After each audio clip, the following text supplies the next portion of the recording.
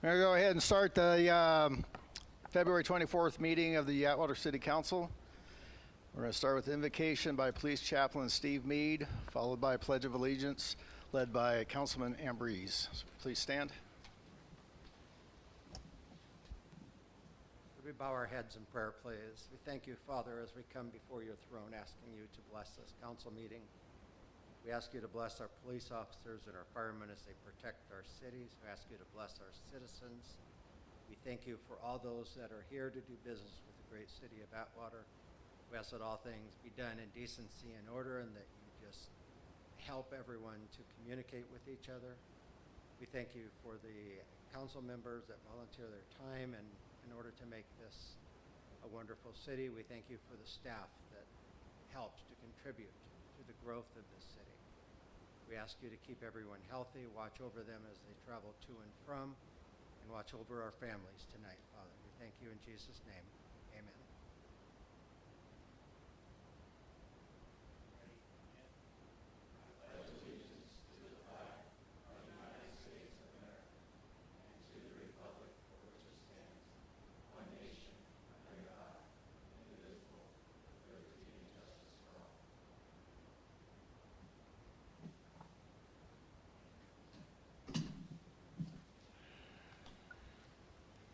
Okay, roll call, please. Here. Kale? Here. Raymond? Rochester? Present. Nelson? Here. We have a quorum. Do we have any subsequent need items? Mayor, there are none. Could we, let's see, approval of the agenda is posted or amended? Any changes? Somebody want to make a motion? I'll move to approve. Second. Motion by Kale, second by Ambrose. Kale? Yes. Ambrose? Yes. Rochester? Yes. Nelson? Yes. Motion passes. All right, so first on the agenda tonight is we have two presentations. We're going to start off with a verbal report by Race Communications regarding their upcoming citywide fiber optic infrastructure project. City Manager, you want to introduce them? Sure. Speaking before us tonight is Jim Miller, and he'll talk about a project that will be going through the city of Atwater shortly.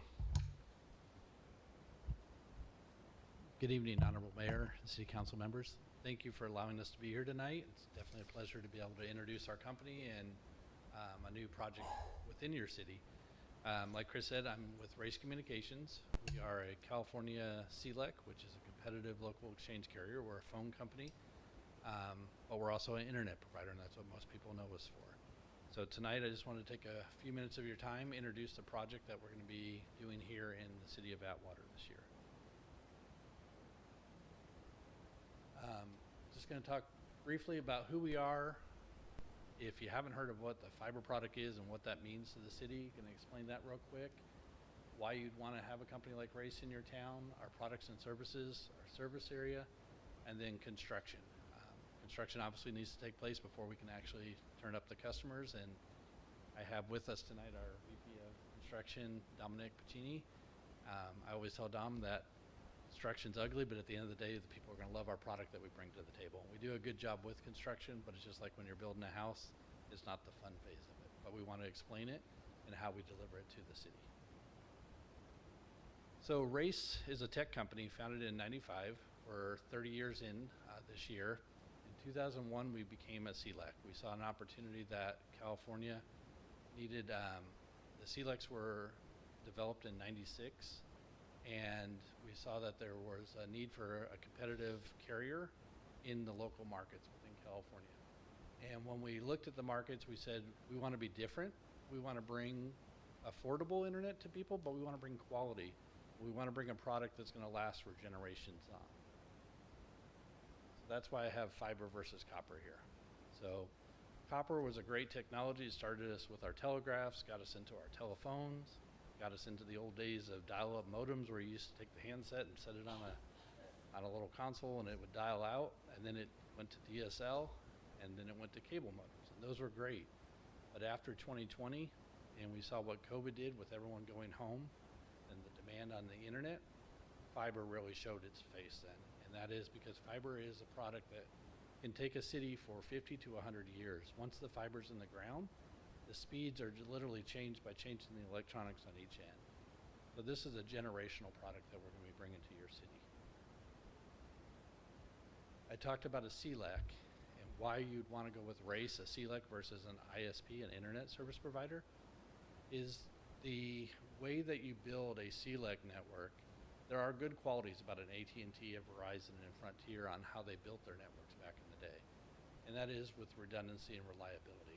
Well, we're regulated by the state underneath those same guidelines. So RACE has a very robust fiber network that runs from San Francisco down the 99 corridor to Los Angeles, up the Eastern Sierras to Reno, and then back over to San Francisco. So what does that mean for Atwater?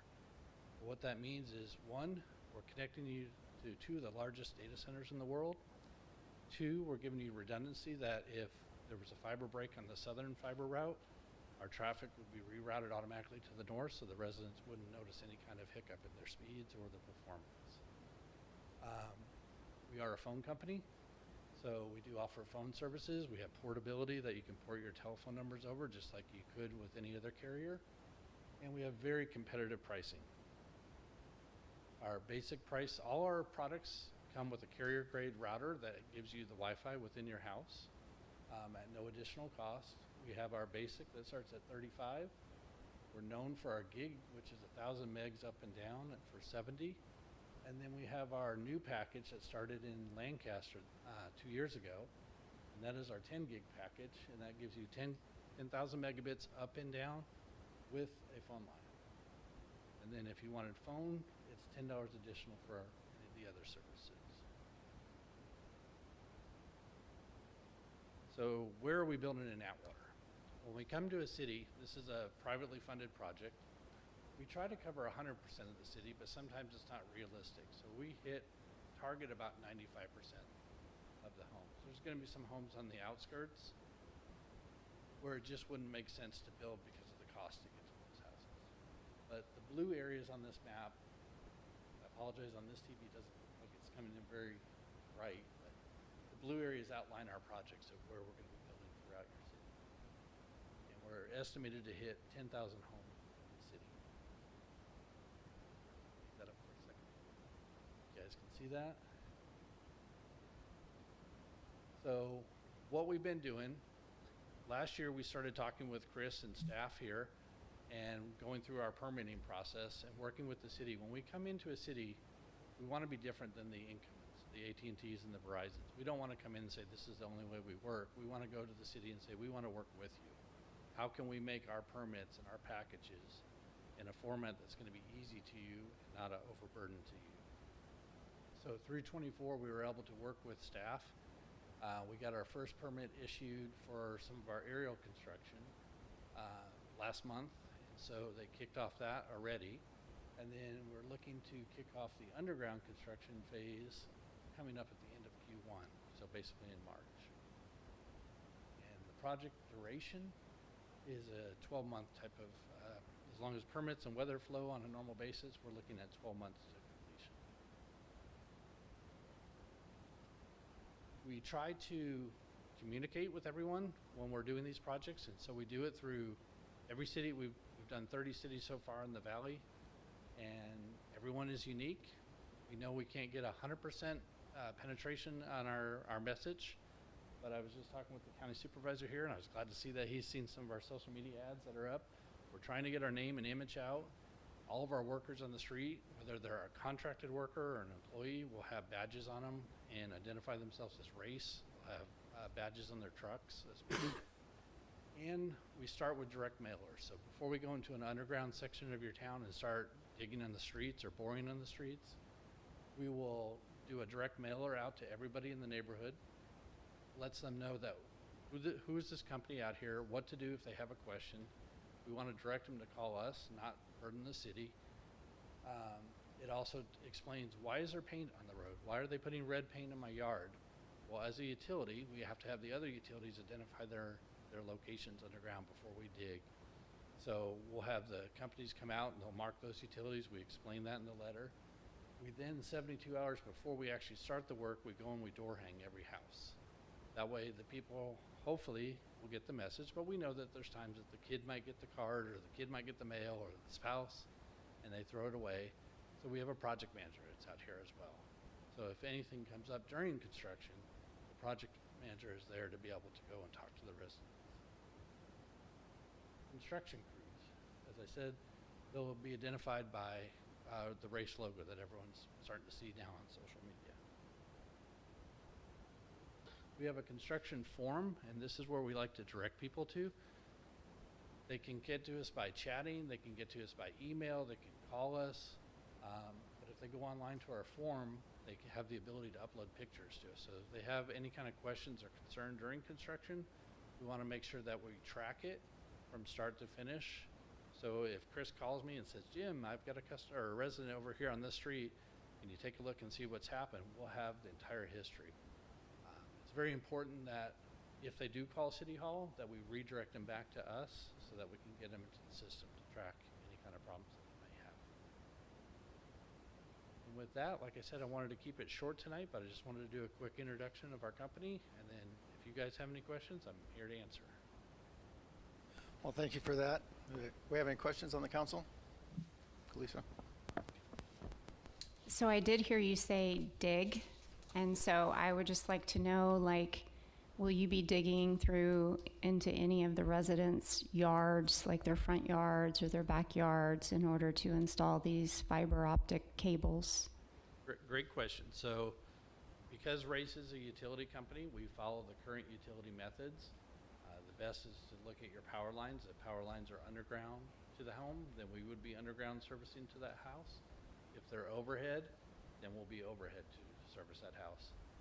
As far as digging in people's backyards, it all depends where your utility easements are in the city. So as a utility company, we have the right to be in any public utility easement. As far as I know, most of your digging is street side. I think some of your poles might be backyard side that we have to access. But I don't believe there's any underground in the backyards. Okay, I did hear you say that you're going to notify with direct mailers, and I just would hope that there would be some extra care given to the residents if you're going to be digging in their yards. Absolutely, and that's explained in the letters.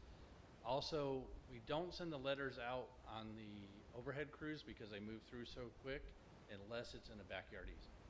Backyard easements where you have pole lines and there's no alley access, those we do explain because a lot of people buy a home and they don't understand that they have easement access for utility companies to come to their yards.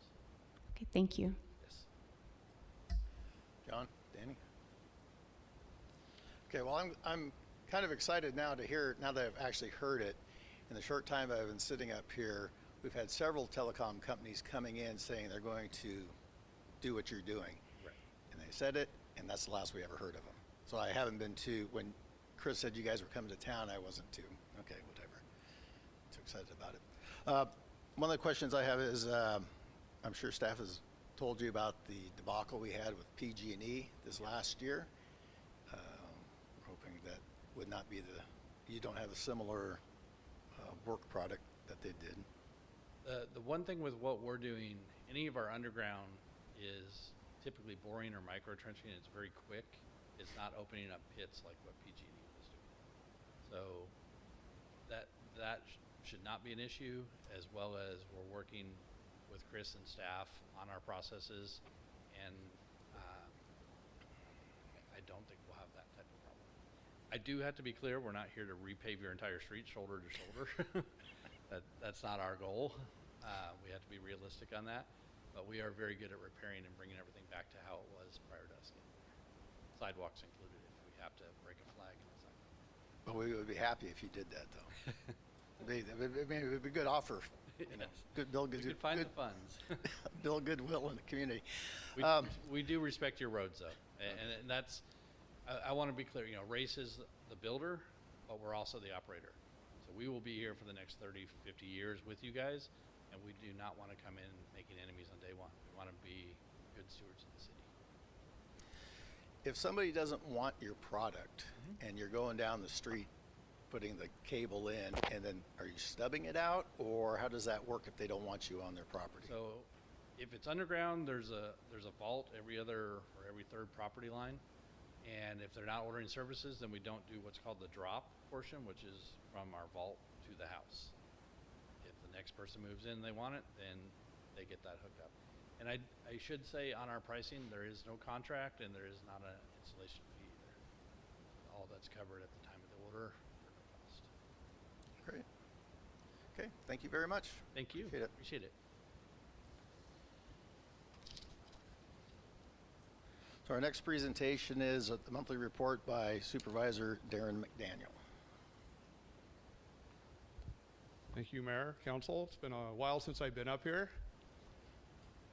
I don't know if any of you guys commuted home over this evening on Santa Fe.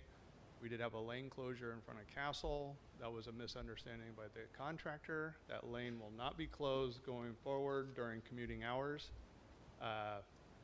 I think it was our construction manager who was a little confused on, I think they asked, can we just leave it up? We're going to be back in tomorrow.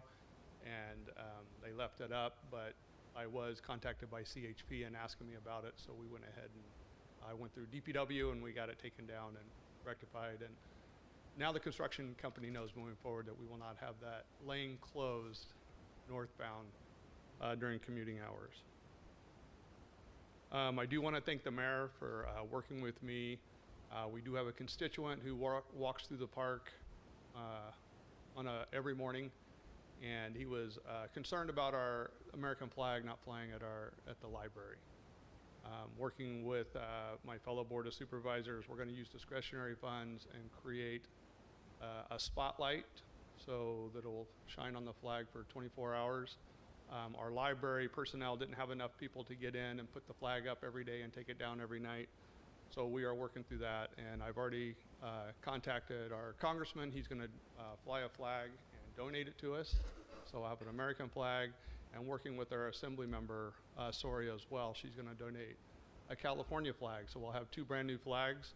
I'll be looking forward to doing a ribbon cutting, I guess is what you'd call it, to introduce this new way, and I'd love for us to invite our constituent there as well who brought it to our attention.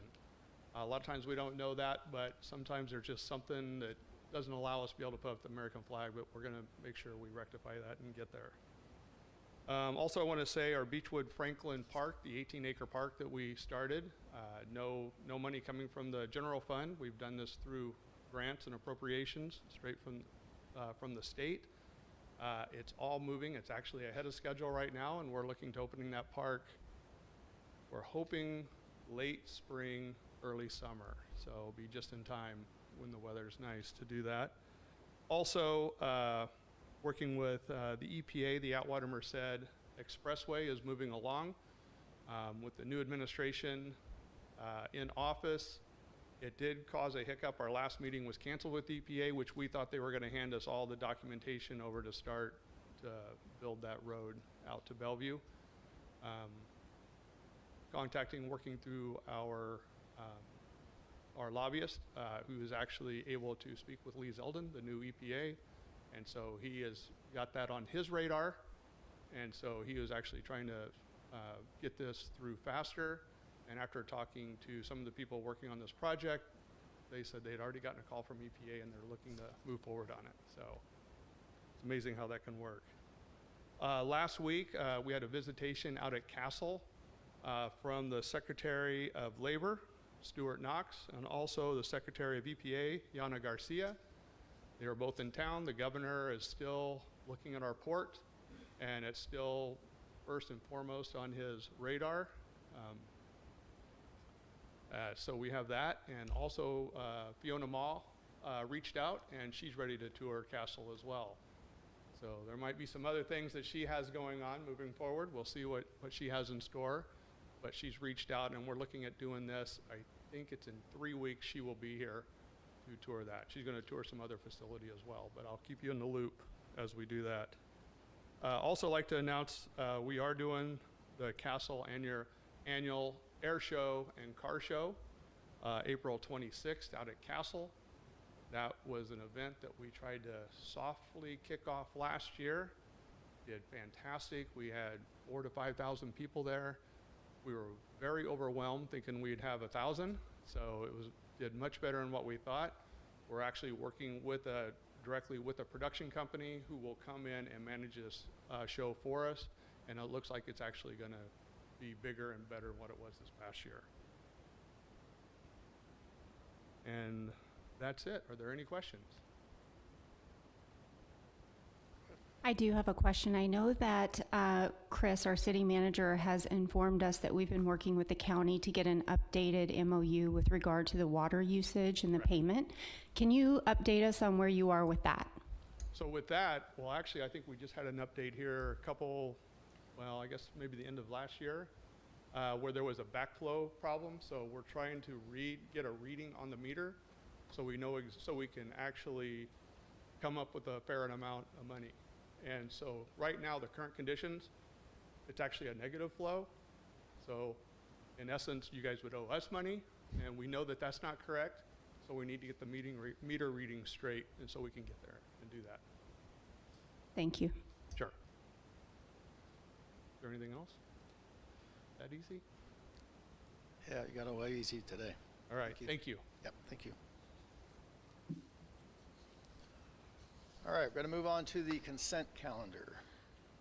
Background information has been provided on all matters listed under the consent calendar, and these items are considered to be routine. All items under the consent calendar are normally approved by one motion.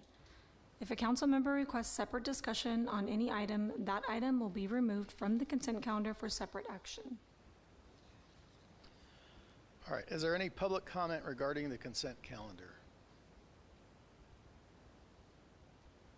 Seeing no one coming forward, I'm going to close public comment. Are there any items on the consent calendar for the council would like to remove for separate discussion and possible action? Okay, who would like to make a motion? Motion to approve consent calendar? Second. Motion by Ambrose, second by Rochester. Kale? Yes. Ambrose? Yes. Rochester? Yes. Nelson? Yes. Motion passes. All right, so now we're on to reports and presentations from staff. Item 5, approval of a parcel map 22-09-0100 and associated subdivision improvement agreement. Chris, give us your report, please. Thank you, Mayor. This project is for the development and subdivision of a business park located between Progress and Railroad Avenue and between High and Hazel.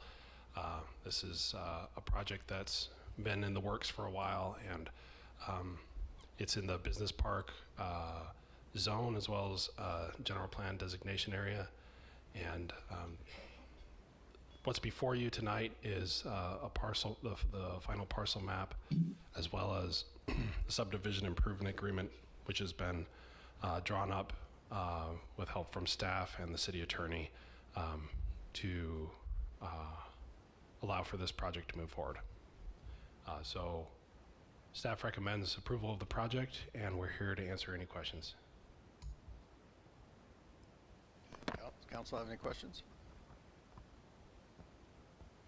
Nope, seeing none. Are there any public comments on this item? If so, please come forward. Okay, see nobody come forward, I'll close public comment. Who would like to make the motion? Motion to approve. Second?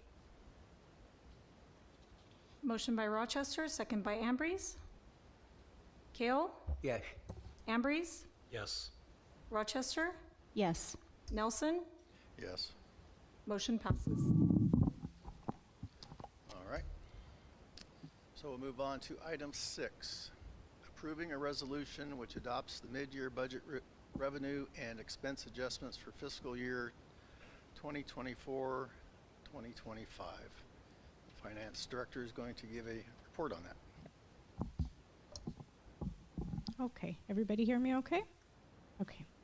Thank you, Mayor, Council, City Manager, staff, and community. I'm going to just read a little bit from the staff report that's been provided in the agenda packet. The City Council adopted the fiscal year 24-25 budget on June 10th, 2024, which sets forth the spending authority for the fiscal year. Since the implementation of the adopted budget, the Finance Department, in collaboration with all departments, has performed a mid-year review of the operating budget, which includes an analysis of the estimated revenues and expenses for the current fiscal year. It is customary for municipalities to perform an analytical budgetary review midway through the fiscal year. This midway point of the city's fiscal year is the 6-month period ending December 31st, 2024. As a result of the analysis, staff recommends budgetary adjustments that are detailed in Exhibit A. The budget approved by City Council in June was developed based on available data at the time of compilation. At different intervals throughout the fiscal year, the city receives revised estimates for major revenue sources such as sales tax and gas tax. And then staff performs analytical reviews of other revenue sources. Additionally, the mid-year review is an opportunity for all municipal departments to review their respective department budgets and expense accounts against ongoing and future activity and plan for any budgetary needs that could potentially arise between the midpoint and the end of the fiscal year. And just a couple items that have been captured in the mid-year budget amendments for revenues. Overall sales tax revenue estimates stayed relatively flat. There was an adjustment to decrease the revenue estimate based on the recent forecast for Fund 4, Public Safety Transaction and Use Tax. The property tax in lieu of VLF, which is vehicle license fees, revenue estimate had a positive revision, and that goes into the general fund. Gas tax revenue is forecasted to decline in fiscal year 24-25 from the initial forecast. We get a revenue estimate for gas tax based on the state's formula. Usually in May is what the revenue estimate is that we use for the adopted budget, and then we get a revised estimate in January. And so this revised January estimate showed some declines. And it's also something that, as everybody knows, it's a problem that cities are going to be struggling with based on gas tax and the increased use of electric vehicles that aren't paying gas tax. And so, you know, I know you're familiar with it at many different topics of discussion through the League of California Cities and everything. There's working groups looking at how to offset the revenue decline. But it is something to be aware of, that is could become a reality in the coming years, more of a reality. There's a revenue adjustment that will be positively adjusted in Fund 6020, which is the sanitation fund based on the collection trends to date. And then some items of note for expenses. The proposed amendments include a request to add an accountant to the approved personnel for the Finance Department. All applicable amounts have been adjusted based on the estimated cost of 4 months that are remaining in the fiscal year.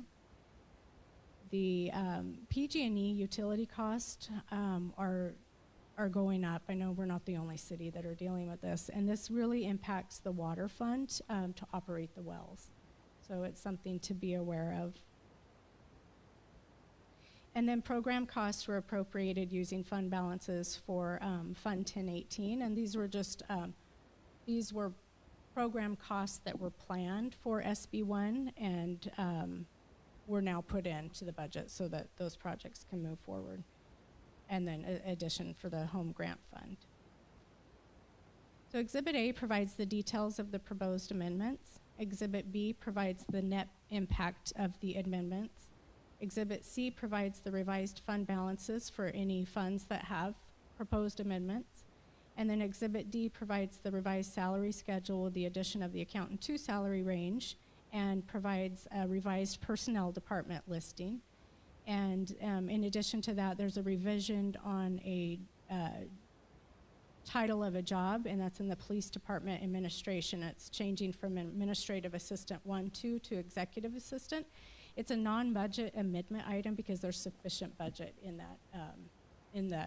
those salary accounts to cover that change.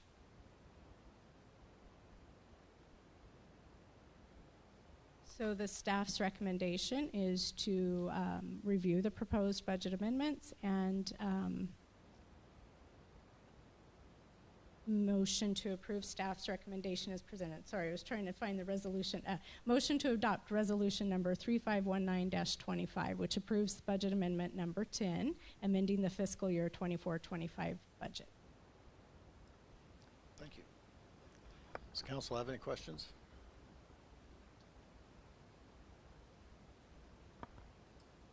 So I am wondering if we've considered adding solar in the locations where we have the water wells. I do know those wells are probably drawing a lot of electricity, so I was wondering if we've considered potentially adding solar at those locations to offset the PG&E costs, just for long term. Chris, do you have any information on that? That's definitely something that we can consider and explore to offset that cost. And it just on the face of it sounds like it would be an upfront cost that could hopefully pay for itself over time. Any other questions? No. Okay, is there any public comment on this item?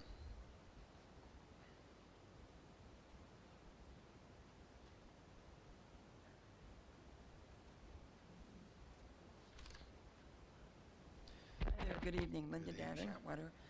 If we think a few years back, we were going to dump PG&E over all the solar stuff that we have that all the cars park under now. We still have humongous PG&E bills. And I agree with Kalisa, we need to look into solar, but I think before we look into that, you need to make sure that we don't, get stuck with a huge PG&E bill and solar bill. In regards to the accountant too, I think you have about 7 personnel in your department. I think you farm out a lot of your billing and so forth to other agencies. So I'm kind of wondering, I was just talking to a member of your council, and times are not like they used to be when you had a former mayor and former city manager that they were just spending money like there's no tomorrow. And now we're paying for it. And we're not dumb. So we kind of know. The old police chief, he cut 2 officers, and which is, I think, criminal. I think before you decide on adding an accountant too, you need to put 2 more officers back in your budget. He cut them out of the budget, which I think, of course, he got a nice hot, raise, and so did other people. I'm also wondering, when are we going to have a real live budget study session where you go department by department by department? Didn't happen last year. You put it through so fast. So I think before you vote on this resolution tonight that's being presented to you, let's have an old-fashioned budget study session, find out and let the people in this town know how much we really don't have. Okay, thank you. All right, thank you. Anybody else? Okay, so anybody else come forward? I'm going to close public comment. Who would like to make a motion? You certainly can. The only comment that I have is that I do realize there's salary savings now because of, some of the salary savings that we have for certain areas. But I do worry about future sustainability in adding and increasing positions for our city. So I'm concerned about sustainability. Okay. I would just say for myself, accountant too, there's a question about we have too many contractors out. Well, that's why we're hiring somebody to fill in that spot there in the accounting department, correct? So currently, we don't actually have any consultants that we hire out, and it's definitely a possibility. A lot of cities right now do hire professional accounting services to help fill the gap where they don't have full-time employees. We do have a retired annuitant assisting in other areas, but we don't actually consult, such as like professional services like engineering hires out, and that's definitely a consideration. It's very costly, and that is something that could be done in the future. We have actually polled some cities. We surveyed in 23, so they actually may have added since then, but we polled similar sized full service cities, and industry averages 2 to 4 accountants for cities our size. And that's not taking into consideration any work they outsource. So we actually don't outsource any accounting services as of now. And we have one accountant performing the work of a full service city. Did that answer? Okay, there was something else I was going to add on to that. In regards to outsourcing billing, we actually perform the billing in-house. We outsource the printing service. That gets outsourced. So it's a PDF file that gets uploaded and outsourced. And Okay. Thank you. Okay.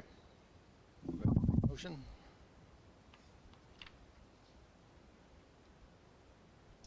Motion to approve.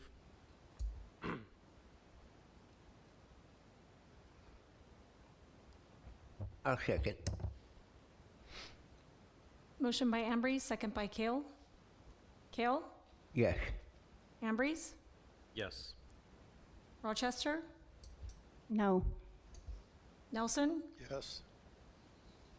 Motion passes.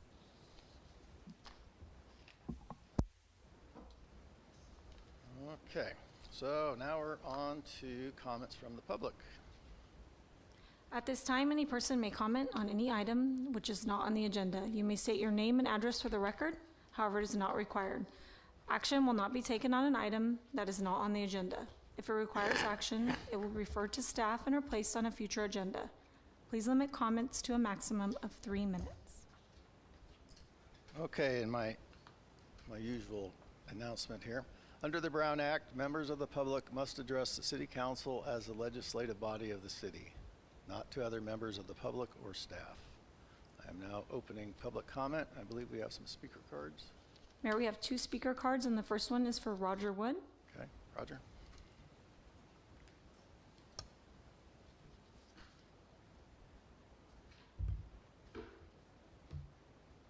Thank you. My name is, good evening, Mayor and City Council members. My name is Roger Wood, and I reside at 1200 Fruitland Avenue.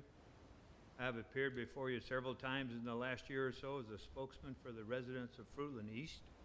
And speaking for myself, I will do both this evening.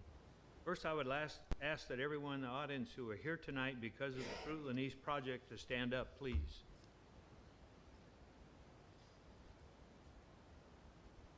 Thank you. I can't wait for everyone to stand up or I'll run out of time. A number of them will speak to you tonight about the problems the current plans create for their residences. Blocked driveways, lost parking spaces, and one home where the circle comes to about 20 feet from the front of the house. All the residents have been asking for us is for a new paved street. We've been rewarded with the most expensive street in Atwater. The worst part of this project is that the original description by the city to MCAG in 2017 had the traffic circles going into the Fruitland West project by the high school with the purpose of reducing congestion in the area. Somehow those circles ended up in the Fruitland East project where there is no congestion. It should also be noted that fire and police departments do not favor circles because they can slow down their response times. The 12 traffic calming features add further problems for the residents. Each one removes a parking space from their property. 10 residents have one of these features in front of their properties. These features, along with the circles, will surely reduce the value of their properties. The savings from my proposed changes of eliminating the 3 circles and 12 calming features is $240,000 for the circles and $54,000 for the features, for a total of approximately $290,000 savings. These savings will give the city's funds to settle with a contractor and redraw some of the plans. I'd now like to speak for myself. I have 8 orange trees along the street that are approximately 100 years old. The current sidewalk plan will cause severe pruning of my orange trees, which are a bit too close to the road. Who knows how wide the street was when they were planted 100 years ago. This move would create, I'm asking for the city to move the sidewalk 6 feet to the north. This move would create 13 travel lane versus a 11-foot travel lane created by the features. This move would also remove one of the traffic calming features with a cost savings of $4,500. The only cost to move the sidewalk is an extra 11 lineal feet of sidewalk. At a cost of $60 per lineal foot, the total cost is $660. The removal of the traffic calming feature will more than pay for my sidewalk move. The staff has refused my earlier request, even though it reduces the cost of the project. It is important to note that they moved the sidewalk away from the 2 sycamore trees on the property to my west. On another subject, I would like to offer an apology to Councilman Raymond. Back in December, Councilman Raymond was dealing with several family problems. I was continually trying to meet with him during this time. I became a bother to him. I apologize to you, Councilman Raymond, even though you're not here, to the conflict that I caused you during this stressful time. Thank you. All right, thank you.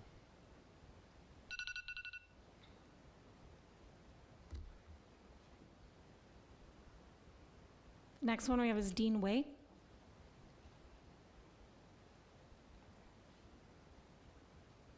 Thank you, and good evening. I'm Dean Way. I live at 1340 Fruitland Avenue. I'm not here to complain about my mailbox being taken away without my knowledge, but it was. Hopefully that was taken care of. I'm just going to speak in general. You know, at some point, common sense needs to prevail in government. That includes local government. That includes you. The City Council should question the need for 3 traffic circles and 12 traffic calmers on a stretch of road 7/10 of a mile long. Seems like overkill to me. You should question the waste of taxpayer dollars on a road that could be improved and made safe for much less money. Don't be convinced by so-called experts and city administrators without questioning their recommendations.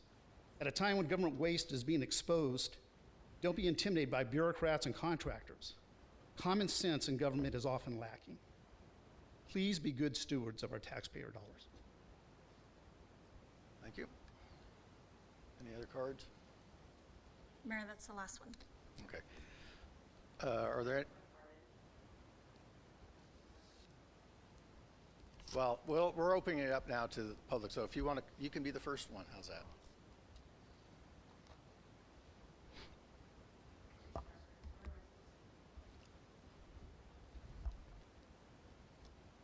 Maybe we should clarify that. Maybe. Yeah. Good evening. Thank you for allowing me the opportunity to speak tonight. My name is Diane Kahn. I live at 1351 Fruitland Avenue, right in the center of the Fruitland Avenue project. I'm here tonight because my family and I are increasingly frustrated by the lack of communication and transparency regarding the project. Maybe I'm missing something, like where to put my card, but we feel out of the loop. While I sincerely appreciate Mr. Roger Woods, who has been a kind and helpful neighbor in sharing updates as he learns about them, I believe that information about changes to my own street should come directly from the city and not through word of mouth. I understand that many Fruitland residents have already voiced their concerns about the proposed traffic circles, and I want to add my own objections to that as well. I firmly believe that these features will not slow traffic down, but may actually encourage higher speeds. Additionally, I recently learned that other traffic calming features are planned throughout the streets, including one directly in front of my home. While I fully support measures to improve safety, I am concerned about the loss of parking spaces and the added signage that may clutter the neighborhood. Furthermore, the map we were shown last night was missing the second driveway that the city had promised when they acquired the front of my portion of my property. Tonight, I'm asking for more transparency, better communication, and a simplified design that truly serves the needs of the residents. We do not need an over-engineered solution that costs millions of dollars. What we need are practical, effective measures, sidewalks, stop signs, and speed bumps to make our streets safer and more livable. Thank you for your time. Thank you for taking the time to come down. Anybody else?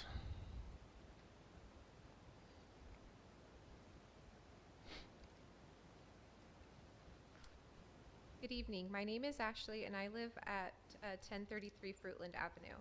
I purchased my home in February of 2020, and at that time there was no indications or anything on record of any changes to our street. A few years later, our neighbor who had moved in before us informed us about the proposed safety measures which he had only just learned of. Shortly after, we received a letter from the city about a community meeting, but it was scheduled so soon after the letter arrived that many of us may have missed it if you weren't checking your mail daily. At the meeting, an engineer discussed the traffic circle that is planned, that's planned for the middle of my driveway. One of the traffic circles, when I'm pulling out of my house, I will be pulling into the traffic circle. I asked the engineer how I was supposed to maneuver. We have a boat. I live on half an acre, so that's pretty reasonable to have a boat, and we also have a dump trailer. I asked him how I was supposed to maneuver to get my vehicles out of the driveway, and he actually suggested that I just drive up over the traffic circle. John Kale was there that day. He did come and visit my property afterwards, and I did appreciate that. He saw my concern and agreed that it is a nuisance, but also said that it was out of his hands. During that meeting, we were told that it was just an informational session and nothing could be done to change the plans. However, I later learned that these plans still required approval by the city council in different stages, meaning they weren't actually final. I understand the city's intent to improve safety, but is it really acceptable to ask me to drive up over a traffic circle? I know of at least 2 households that will be significantly impacted by this design. I urge you to please take a look at these plans and consider whether this project can be completed without the traffic circles. Thank you for your time. Thank you for coming down and telling us that. Anybody else? Good evening. I didn't bring notes. I didn't know a whole lot about this. I didn't even know about the whole street being torn apart and all this other stuff either. My name is Shelley Ione. I live at 1521 Fruitland. I was never invited to any meetings. I was told no sidewalks would be coming in front of our home, so I just didn't basically care. Now I'm being told that they're going to put a unit in front of our home that slows the traffic down. I found out there's going to be a circle just to the left of my house. I understand that we need to have safety in our streets. 20 years ago, I came down here and begged for some stop signs on our street because it was crazy how fast people drove. You put in 3. You took 1 out, left 2. That has slowed the traffic wonderfully. I saw no other problems other than occasionally somebody would run through a stop sign, but I never heard of any car accidents because of somebody not paying attention for that 1 stop sign. I don't know why we're spending so much money on this street when 2 stop signs took care of it, of the speed and the craziness of how much of this money is going towards the street. I'm baffled.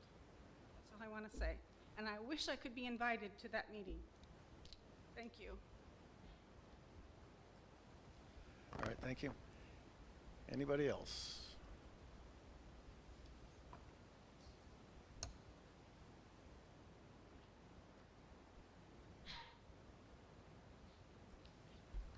Hi, my name's Anita Lingenfelter Mason, and I live at 1427 Fruitland Avenue. In 1966, my father built that house, and he built that house to be private and to be fun and have pleasure. The city of Atwater has come in and have made changes on our property. Mine is going to be affected with one of the roundabouts that you're putting in. It's going to take part of my driveway, of my circular driveway that has been there since 1966, away from me coming in and out. On the other end of my driveway, you guys have a stop sign that's on the corner of Chardonnay, which is, I don't know how many feet from one end of my driveway to the stop sign, but it's kind of ridiculous to have that. And not only that, but it's hard for me to get in and out already with the stop sign there, with the traffic that's coming through. So now I'm concerned that I can't get out from the other end. But not only that, we have a lot of kids that go down that street, and they don't slow down for a roundabout. but they will slow down for the strips. And I think the city of Atwater missed the point of putting in the strips instead of the roundabouts, because I myself will slow down for a strip.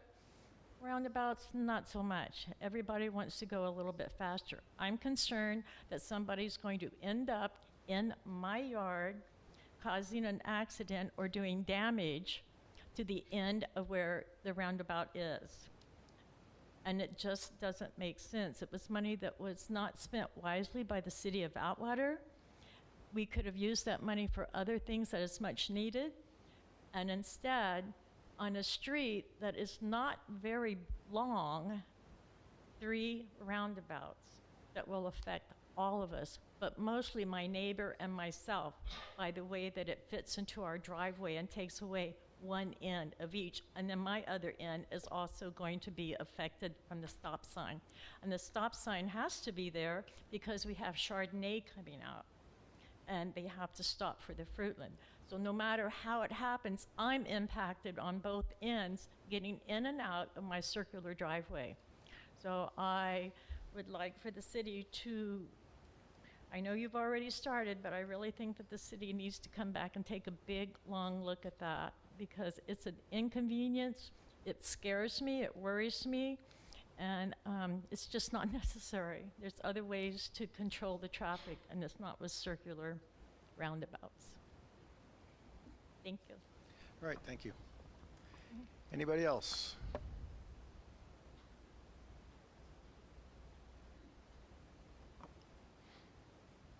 Good evening, Mr. Mayor, City Council members, administrative staff, and members of the community. My name is Gabe Santos, former president of Measure B, Public Safety and Use Tax for the City of Atwater.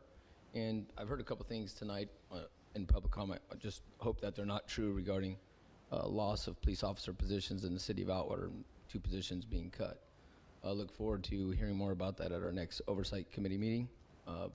New police chief, welcome aboard. Good to have you. Hope that's not the case. I made a commitment to the citizens of Atwater that we would increase our public safety, not decrease.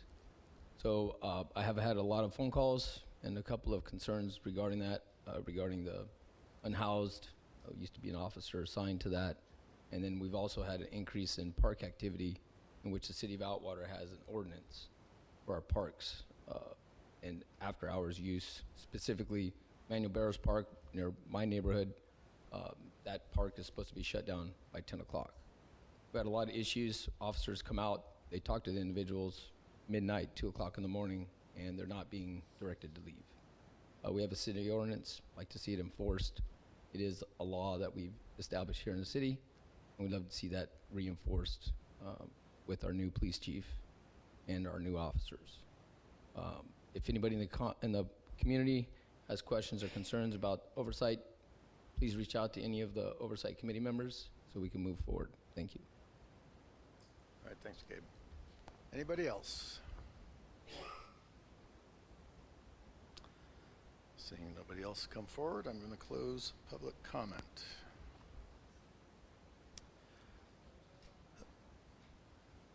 Well, come on up, Dee. I'll open the back up for you.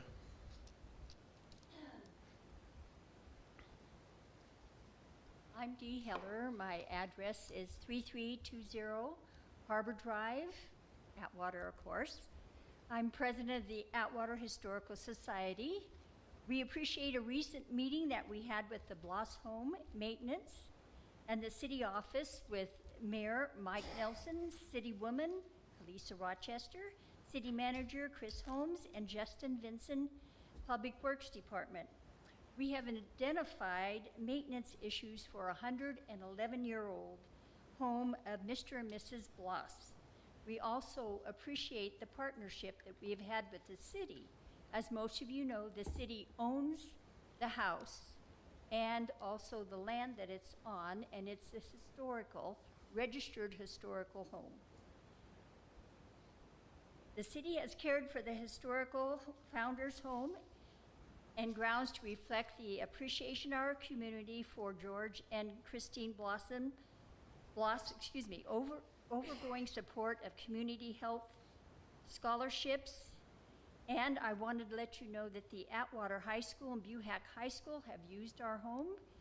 The drama department celebrated their 25th year of Christmas adventure performances for the school children and the community. In addition, the drama department added a new play for the past 2 years entitled Descent into Darkness, based on Edgar Allan Poe's writing. We have brought a collection of photos to update the rest of the council and the community on the current condition of the historical home, and it's there in the back. We want to thank you for your interest and for having a meeting that we could attend, and thank you very much. All right, thank you. Anybody else? Okay, now I'll close public comment, and we're going to go to council member reports. We'll start with Councilman Kale. I have nothing. Danny?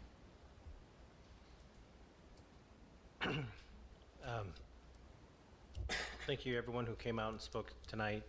Your voices were definitely heard. And Chris, I'll be in communication with you. Kalisa? I echo what Councilman Ambry stated regarding the residents of Fruitland. I do appreciate all of you coming out this evening and voicing your concerns. I was able to attend the meeting, as Ms. Heller stated, with the Historical Society and our city manager and Mayor Nelson and Director Vinson. And I was able to take a tour of the Bloss home. I will say that the Historical Society is doing an amazing job with the upkeep of the interior of the Bloss home. It's beautiful. I would encourage everyone to take a moment, if you have time, to go by the Bloss home and just take a look at it if they have it for open house or if you're able to attend an event there. I do want to wish our Lady Falcons a big congratulations on their win last week for basketball, and I want to wish them very well in their game tomorrow. So just want to say again, congratulations. And then finally, I just want to thank our Public Works department on all of the work that they did last week during our big rain. I will say that I saw a lot of flooded streets, not in our city, but in some of our adjacent cities. And I know that our staff worked very hard to keep our streets as clear as they could during the hard rainfalls that we had. So I just want to say thank you very much again to our employees at Public Works. All right. So again, thank you for everybody being here tonight. Appreciate that. I know it's a struggle. It's a hassle to come home from work, eat dinner, come down here, find a place to park, and walk up here. It's just a pain. I did want to clarify. Thank you, Dee, for talking about the Bloss house. It reminded me, somebody this week asked me if we were going to demolish the Bloss house. And I go, where'd you hear that from? Oh, a city employee told me that. I go, well, that's not true. It's never been true. It's not planned to be true. So let's just put a nail in that rumor right now. There's no plans to demolish the Bloss house. So just want to say that. With that, I will turn it over to the city manager. Thank you. So I just want to announce that the new City Hall, the code name for it is Civic 2, but it's located on Broadway in downtown Atwater, is undergoing the final steps of construction and remodeling. And the final inspections happen this week, and we're looking to schedule the opening date for our community development department as well as our finance department to move into that building. So we'll have an email blast going out soon, and we'll put it on our website and social media and let people know. And there's going to be a lot of announcements about it. So at some point after everything's settled in and the employees are settled in, probably a couple weeks after that. We're planning on a grand opening for that building as well, so we'll have more information. But it's looking like with the inspections happening this week, if all goes well, tentatively we're looking at a date in March to have that move. So that's tentative at this point, but we're really excited about that. Okay, next we're going to be going to closed session. We have two items. One is a conference with labor negotiators, and the other is a conference with legal counsel regarding existing litigation. Are there any public comments regarding closed session?